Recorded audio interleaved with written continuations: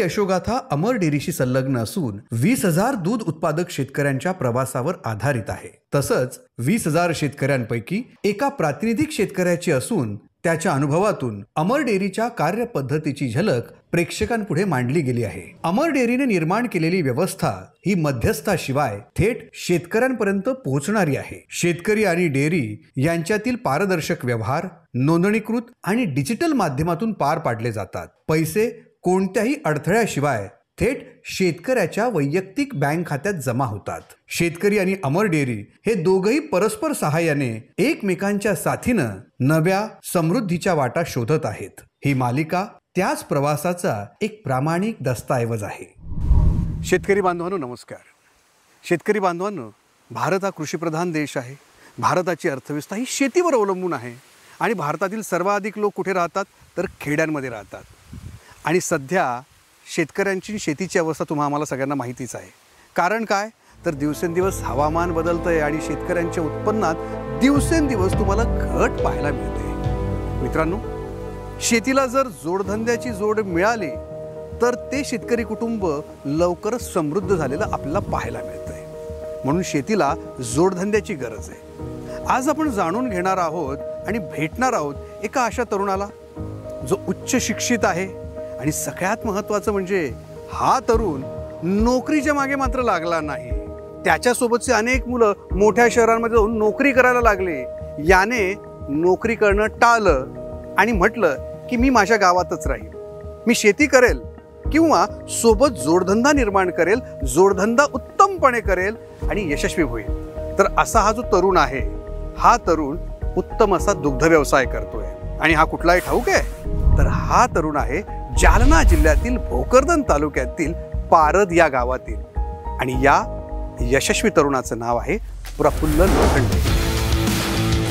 चला तर मग आज आपण अशा एका यशस्वी दुग्ध उद्योजक व्यवसायकाशी भेटणार आहोत, गप्पा मारणार आहोत आणि त्याच्या यशाची यशोगाथा आज आपण त्यांच्या डेअरीवर जाऊन प्रत्यक्ष त्यांच्याचकडून ऐकणार आहोत। माझे वडील हे एक शिक्षक आहेत। मी वैयक्तिक BSc ॲग्रिकल्चर MSc ॲग्रोनॉमी माझे शिक्षण झालेलं आहे। उच्च शिक्षण घेतलं म्हणजे एक शहरामध्ये जाऊन एक चांगल्या प्रकारची नोकरी मिळवणे एवढाच त्याचा एक हेतू असतो। पण मला नोकरी करायची नव्हती, कुठला तरी इथलाच एक व्यवसाय करायचा होता। मग व्यवसाय करताना नुसता आपलाही स्वार्थ न बघता त्या व्यवसायाद्वारे समाजाची सुद्धा सेवा झाली पाहिजे असा कुठला तरी व्यवसाय मला निवडायचा होता। तर मी दुग्ध व्यवसाय निवडण्याचा मी निश्चय केला। दुग्ध व्यवसाय करताना मला प्रचंड अशा गोष्टींना सामोरे जावं लागलं। सुरुवातीला आर्थिक समस्या असतील किंवा त्याच्यापेक्षाही मोठ्या म्हणजे सामाजिक समस्या असतील। कारण माझ्यासोबतचे मित्र तर शहरांनीच होते, त्यांना तर तिथं नोकरी करायची होती। मग बा तुझे मित्र करता म्हणून तू पण का नाही करत, असा माझ्या नातेवाईकांचा माझ्यावर बोजा होता। पण मी त्या बोजांना दुजारून मला खेड्यातून माझ्या आईवडिलांजवळ राहून कुठला तरी व्यवसाय करायचा म्हणून मी दुग्ध व्यवसाय निवडला। सन 2022 साली मी 2 गायींपासून माझी सुरुवात केली। मला असंख्य अशा गोष्टींना अडथळे आले। त्यामध्ये असेल की गायींचं नियोजन असेल, कारण दुग्ध व्यवसाय करायचं म्हणजे उच्च प्रतीच्या गायी असणे तेवढंच गरजेचं आहे। मग आमच्या इथं असलेली अमर डेअरीचे संकलन आहे, मी त्यांच्या संपर्कात आलो। त्यांनी त्यांचे तज्ज्ञ मंडळी असे डॉक्टर माझ्या संपर्कात गेली। डॉक्टर जराड सर यांनी मला त्या संदर्भात मार्गदर्शन करण्यास सुरुवात केली। चांगल्या प्रकारचा चारा किंवा चांगल्या प्रकारचं दूध हे कसं मिळवायचं असेल तर याचं एक जिवंत उदाहरण म्हणजे प्रफुल्ल लोखंडे। मग मी 2 गायींपासून 5 गायींपर्यंत गेलो आणि 5 गायींना जे आज आपल्या महाराष्ट्रामध्ये जे उपलब्ध असं तंत्रज्ञान आहे, त्या तंत्रज्ञानाचा डॉक्टर जराड सर यांच्या द्वारे मी त्याचा माझ्या गोठ्यामध्ये वापर केला आणि ह्या 3.5 वर्षामध्ये मी आज त्या 5 गायींच्या 35 गायींपर्यंत यशस्वीरित्या असा हा व्यवसाय मी आतापर्यंत उभारला आहे आणि इथून पुढे सुद्धा चालू राहील। ह्या व्यवसाय करताना मला एक अत्यंत अशी गोष्ट लक्षात आली की तुम्हाला तज्ज्ञ लोकांचं मार्गदर्शन सुद्धा तितकंच गरजेचं आहे आणि तेच मग मला अमर डेअरीद्वारे माझ्या व्यवसायामध्ये मिळालं। आज बघायला गेलं मित्रांनो तर तुम्हाला माझ्या सगळ्या गायी ह्या सुदृढ अशा तब्येतीला दिसत असतील।